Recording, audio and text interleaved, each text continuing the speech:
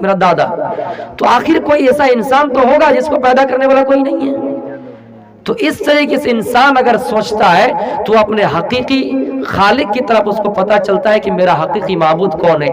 اس لیے میرے بھائیوں لا الہ الا اللہ کا ترجمہ عام طور پہ جو لوگ کرتے ہیں کہ اللہ کے علاوہ کوئی معبود نہیں ہے تو میرے خیال سے اتنا صحیح نہیں ہے. اس کا ترجمہ یہ کرنا چاہیے کہ اللہ کے علاوہ حقیقی معبود کوئی نہیں ہے. یعنی معبود کا مطلب یہ ہوتا ہے کہ جن کی پرستش کی جائے, جن کی عبادت کی جائے. ہندو لوگ چاند کی عبادت کرتے ہیں تو چاند بھی ایک طرح کے معبود ہو گئے. فرعون کے ماننے والے کئی لوگ تھے تو فرعون بھی معبود ہو گئے, لیکن حقیقی معبود نہیں. یعنی جو اصل معنی ہوتا ہے معبود کا اور وہ لائق ہوتا ہے تو اللہ تعالیٰ کی ذات ہے میرے بھائیوں. اس لیے لا الہ الا اللہ کا معنی یہ ہوگا کہ اللہ کے علاوہ حقیقی کوئی معبود نہیں ہے. تو جب بندہ انسان بڑا ہوتا ہے تو سب سے پہلے اپنے مائنڈ میں لاتا ہے کہ ہم کو پیدا کرنے والا میرا باپ ہے اور میرا باپ کو پیدا کرنے والا دادا ہے. اسی طرح کرتے کوئی آخری انسان ہوگا جو حضرت آدم علیہ السلام ہے, جن کو پیدا اللہ رب العالمین نے کیا ہے. اور مان کے چلیے کہ ٹرین, ایک مثال لے لیجئے, ٹرین میں 10 ڈبے ہیں. آخری جو ڈبہ ہے ان کو کھینچنے والا کون ہے؟ 9 نمبر پر جو ڈبہ ہے وہ کھینچ رہا ہے. اور پھر 9 نمبر کا جو ڈبہ ہے اس کو 8ویں نمبر والا ڈبہ کھینچ رہا ہے. تو آخر کوئی ایسا ڈبہ ہوگا نا جو خود اپنے طاقت سے چلتی ہے. تو جس دن انسان یہ اپنے اندر بٹھا لے گا اس چیز کو سمجھ جائے گا, وہ کبھی باطل معبود کی عبادت نہیں کریں گے اور وہ کبھی بھٹکے ہوئے راہ پر نہیں چلیں گے میرے بھائیوں.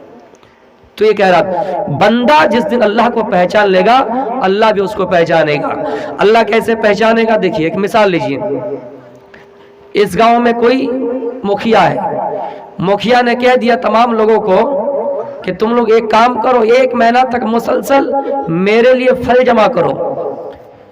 سارے بستی کے لوگ پھل جمع کرنا شروع کر دیے. میٹھا میٹھا پھل جمع کیا, کوئی کچا پھل جمع کیا.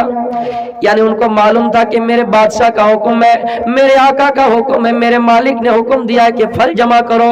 پھر بادشاہ ہی کے لیے یعنی بادشاہ نے کہہ دیا او میرے وزیروں, او میرے وزیروں, او میرے درباروں, تم میرے لیے اچھے اچھے پھل کا انتظام کرو, تم میرے لیے اچھے اچھے میٹھے میٹھے پھل کا انتظام کرو. جو اپنے معبود کی حقیقت میں عبادت کرتا ہے, جو اللہ کو حقیقت میں معبود مانتا ہے, ان کی عبادت دلجوئی کے ساتھ کرتا ہے, وہ اچھے اچھے پھلوں کو جمع کریں گے. اور جو لوگ اللہ کی عبادت میں کمی کرتے ہیں, نماز ادا کرتے ہیں تو صحیح طریقے سے نہیں کرتے ہیں, مسلمان ہے, کلمہ پڑھنے والا ہے, لیکن ان کی عبادت میں رغبت نہیں ہے, ان کی عبادت میں دلچسپی نہیں ہے, نماز پڑھتا تو صحیح طریقے سے نہیں پڑھتا ہے, روزہ رکھتا تو کبھی رکھتا کبھی نہیں رکھتا ہے, دانی ہے, جہاں پہ دینے کی ضرورت ہو تو وہاں پہ نہیں دیتا ہے. میرے بھائیوں یعنی عبادت میں کمیاں کرتے ہیں. وہ انسان اپنے بادشاہ کے حکم کے مطابق پھلوں کو جمع کر دیتا ہے. حکم تھا جمع کر دیے, جمع کر کے بادشاہ کے سامنے پیش کر دیے. بادشاہ نے کہہ دیا او میرے وزیروں, تم سب اپنا اپنا پھل اپنے اپنے پاس رکھ لو, جو محنت کیے ہو, جو نتیجہ ملا ہے اپنے اپنے پاس رکھ لو, اور آج کے بعد سے ہماری طرف سے تم کو کھانا نہیں دیا جائے گا, کھانا نہیں دیا جائے گا, اسی کھانا پر تم زندگی گزارو. پہلے بادشاہ نے کیا کہا تھا کہ ہمارے لیے جمع کرو, اب آخر میں کہہ رہا جو جیسا اعمال کیا, جو جیسا محنت کیا وہ اپنے حساب سے رکھ لو. تو جنہوں نے اچھی محنت کی ہوگی, جنہوں نے اچھی نیکیاں کی ہوگی, نیکی کے کام کیے ہوں گے, ان کا عمل صحیح رہے گا کہ نہیں, ان کا رزلٹ اچھا رہے گا کہ نہیں, اور وہ اسی رزلٹ کے بنا پر جنت جائے گا, جنت کا حقدار بنے گا.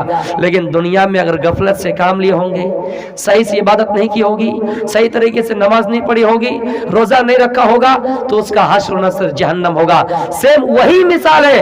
اللہ یہ نہیں کہتا کہ بندو نماز پڑھو میری ضرورت ہے, عبادت کرو میری ضرورت ہے, روزہ رکھو میری ضرورت ہے, نہیں, بلکہ ایک امتحان ہے, آزمائش ہے. تم محنت کرو, تمہیں محنت کا بدلہ پورا پورا ملے گا, صلہ ملے گا, اور اسی صلہ کے حساب سے تمہارا اعمال تمہیں بدلہ ملے گا, اور اس کے حساب سے تمہارا ٹھکانہ جنت اور جہنم ہوگا. اس مثال کو غور سے سنیے گا. یعنی اللہ کو ہماری عبادت کی ضرورت نہیں ہے, بلکہ ہمیں ضرورت ہے کہ ہم اپنے مالک کو پہچانیں, اور اس دنیا میں اپنی من مطابق زندگی نہیں گزارنی چاہیے.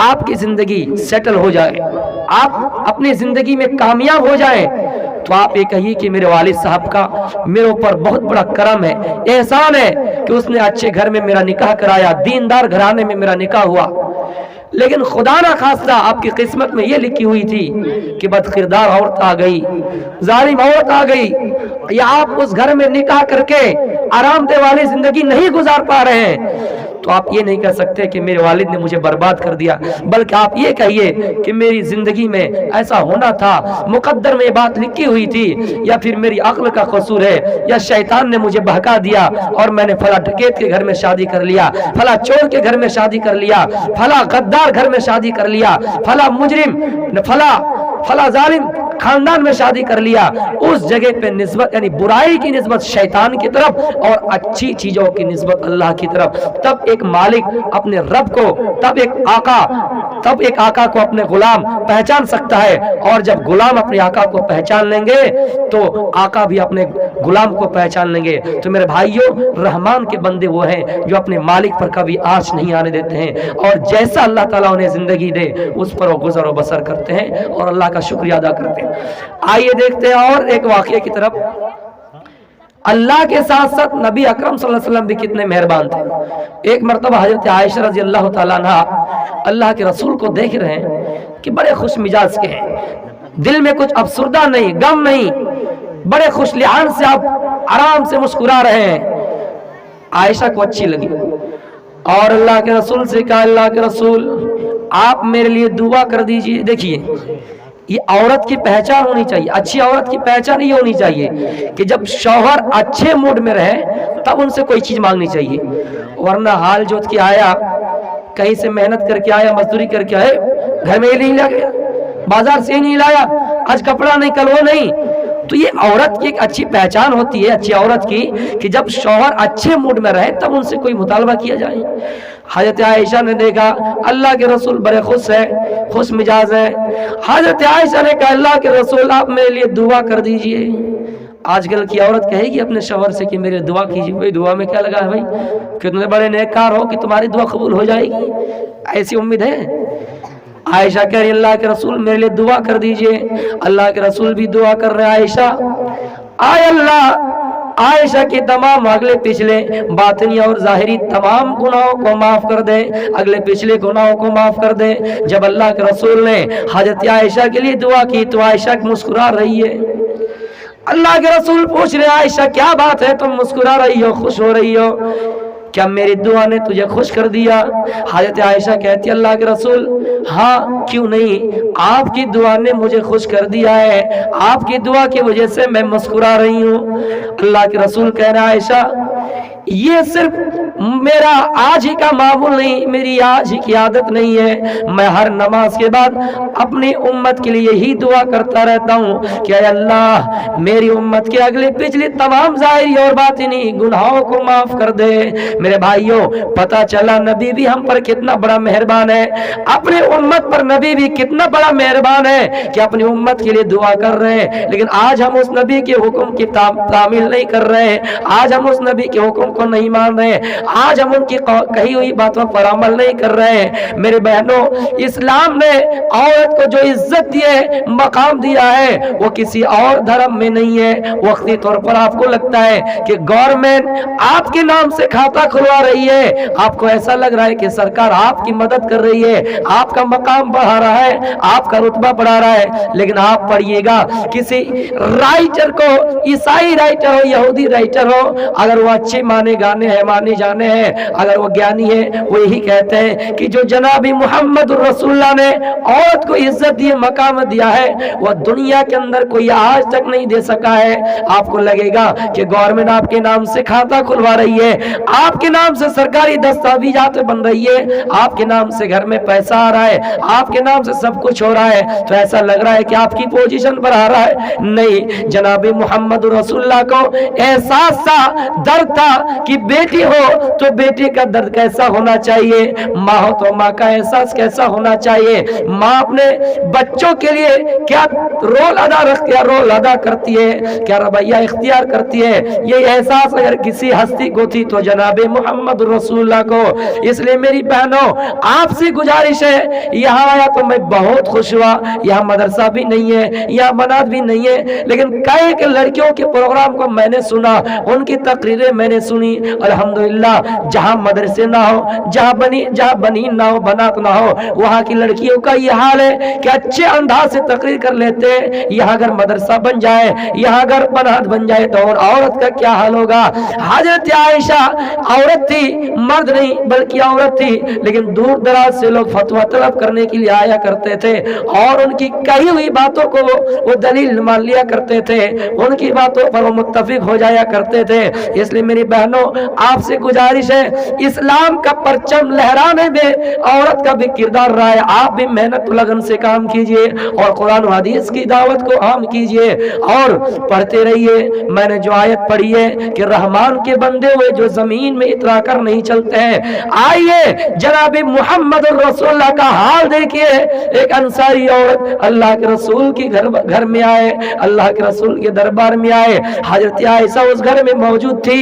جب بستر دکھایا گیا، اللہ کے رسول جس بستر پہ سویا کرتے تھے اس بستر کو دکھایا گیا، جو چٹائی بچھائی ہوئی تھی اس کو دوہرا کر کے بچھا دی گئی تھی۔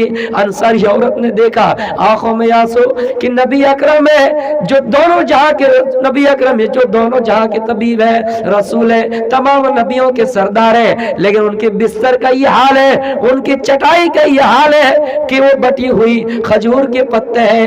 جب اس پہ اللہ کے رسول لیٹا کرتے تھے، سویا کرتے تھے، اس چٹائی کے نشان آپ کی جسم پر پڑ جایا کرتے تھے۔ کتاب والے لکھتے ہیں آپ کا جلد اتنا نرم تھا، اتنا نرم تھا کہ کوئی چیز اگر اس پہ رکھ دی جاتے تو نشان پڑ جایا کرتے تھے۔ اس انصاری عورت نے گھر میں جا کر ایک اور چٹائی اللہ کے رسول کے گھر میں پہنچا دیے۔ آپ آئے، دیکھا کہ چٹائی، آپ نے پوچھا عائشہ یہ چٹائی کس نے دی ہے؟ کہا ایک انصاری عورت نے دی ہے۔ آپ نے فرمایا عائشہ اس چٹائی کو واپس کر دو، اس چٹائی کو واپس کر دو عائشہ، یہ چٹائی مجھے نہیں چاہیے۔ عائشہ میں اگر چاہتا اللہ تعالیٰ سے تو پہاڑ کو بھی میرے لیے سونا بنا دیتا، اور میں جہاں چاہتا سونا میرے ساتھ ہوتا، جہاں چاہتا چاندی میرے ساتھ ہوتا، جہاں جاتا درہم و دینار میرے ساتھ ہوتا، سونے اور چاندی کے درہم ہوتے، لیکن میں نے سوچا یہ مجھے نہیں چاہیے۔ اسی طرح کا ایک واقعہ عمر بن خطاب رضی اللہ تعالیٰ عنہ کے سلسلے میں بھی ہے۔ حضرت عمر جب اللہ کے رسول کی خدمت میں گئے اور دیکھا کہ آپ کے جسم میں نشان پڑے ہوئے ہیں، آپ کے جسم میں چٹائی کے نشان پڑے ہوئے ہیں، آپ کے اخراجات بہت کم ہے، گھروں میں کچھ سامان زیادہ نہیں ہے، حضرت عمر رضی اللہ تعالیٰ عنہ اس جگہ پہ رو رہے ہیں۔ اللہ کے رسول کہہ رہے ہیں عمر کیا بات ہے، کیوں رو رہے ہو، کس چیز نے تمہیں رلا دیا ہے؟